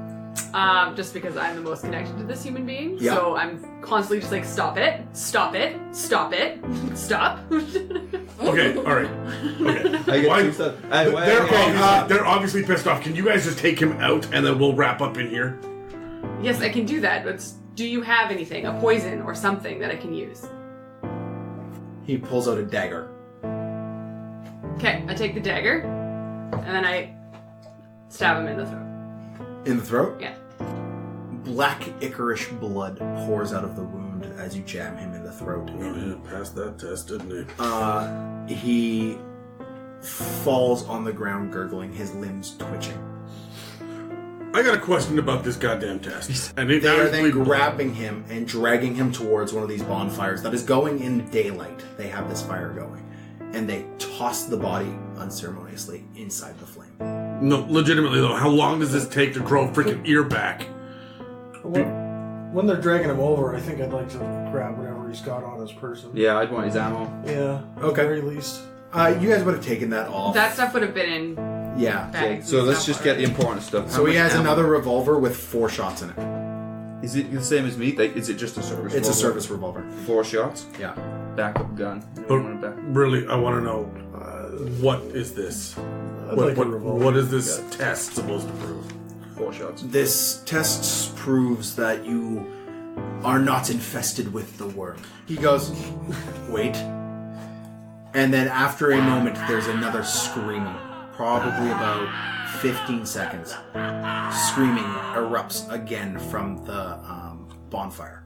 And you see the form of Keith inside the bonfire shaking and trembling rapidly within the flames, and you see his hands within the shadows of the flames. You see them grow long and claw-like, as he transforms from what he was into one of these things that attacked you earlier. And he trembles and shakes and dies in the flame, eventually expiring. They've gotten wise in some ways and have chosen to hold back certain wounds. So how long does it take then? A night. Several hours to grow back. I'm just gonna march over to the wise men, the chief Nakaw. Glad I didn't guess. Chief Nakaw. I'm gonna put my finger right in his face. I'm pissed, man. I've lost an ear. Yeah. I've had a fuck for 24 hours. I'm not goddamn happy about it. And I'm a big ass man, and this shit doesn't happen to me. I'm gonna put my You finger. look down to him. Yeah, I put my finger in his face. I said, okay, look, we're gonna leave. We've done everything that you've asked, and we're gonna leave, and you are gonna come if we need help. And you're gonna send a guide with us to get us back, because we don't know how to get to Radiance. Roll Intimidate with advantage. Can I get Charity to freaking translate so I can get double advantage? That's a failure. Yeah. What? What'd you get? I passed. Well, I'm able to translate, right? Yeah, okay. Pass the translate. But You can do the roll of the Intimidate if you would like. Fuck this. I'm pissed as well. Can I just slap the butt of my revolver across one of them? good God, what are you doing? I'm trying to get them to help us in the future. Yeah, but they're not listening to us. You haven't heard the results Okay, I'll of hold this this action. Can I yet. You use, just like, can I use I persuade? hate when things Yes. don't happen. because you're being nice about it. Yeah. 63. Yeah. So that's a success. That's a success. Yeah. The chief raises a hand and slowly pushes back. He presses against your chest and tries to push you. Yeah, away. I'll take a step. He nods, seeing that, and goes, "We are sorry that your friend has passed. We are sorry he got infected. If you need us," he thinks for a moment, "the tall, pointy building in Radiance. Would I know which one Light that a is? flame from it, Would I know which one that and is? we will come." It's the radio tower. There's a radio tower that kind of overlooks all of Radiance. Light a fire on it, and we will make our way. Also, and he waves over one of the guards. Can it be Wappy? No, because I don't want to say that name more. His name is Miaca. Makia? Miaca.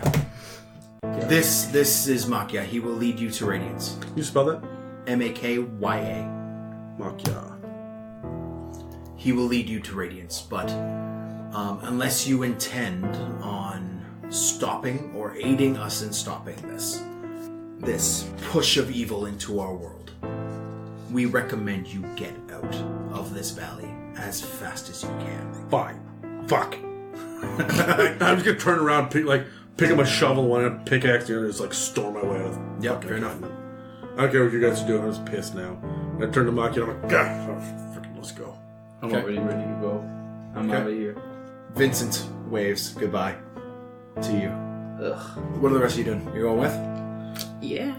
Okay. You guys are led out of the camp with instructions that if you should need any sort of help, any sort of assistance, to light a fire or a light of some sort from the top of the radio tower, you have learned that there is some sort of persistence to these creatures that is given from this infection, and you take this knowledge with you as you are walking out of the Inuit camp. If I may, can we ask Maki on the way out if there are any faster ways to determine if someone is, even if it's really detrimental, so that if we have to make a split-second decision, is there any way to know besides this scar? If their eyes go red, if their blood turns black, and if they regrow. Thank you. The regrow is just typically the best way to tell. How do you get their eyes to turn red? If their eyes turn red, they are too far gone. Look to see if there is red in their eyes. That's it. Thank you. Okay. And you guys are walking with Makia, and he is singing this song. It seems like he was gifted to you as a guide because he has a loud voice, and he is guiding you. Well, does the song always repel them? Not always, but it helps.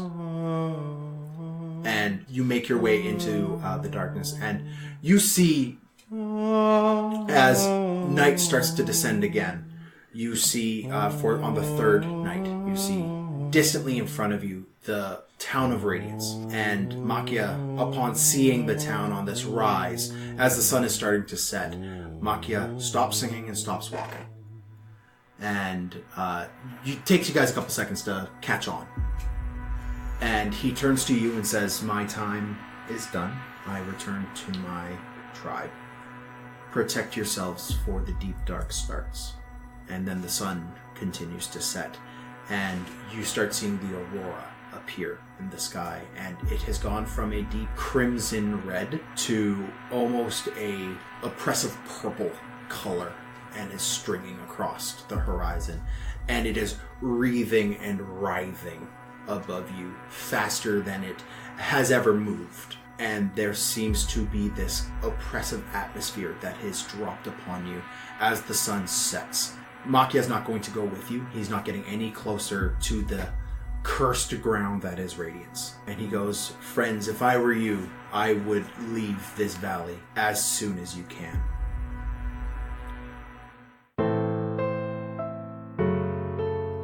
This has been an It's a Mimic production. You can find more quality content on iTunes, Spotify, or YouTube, or at www.itsamimic.com.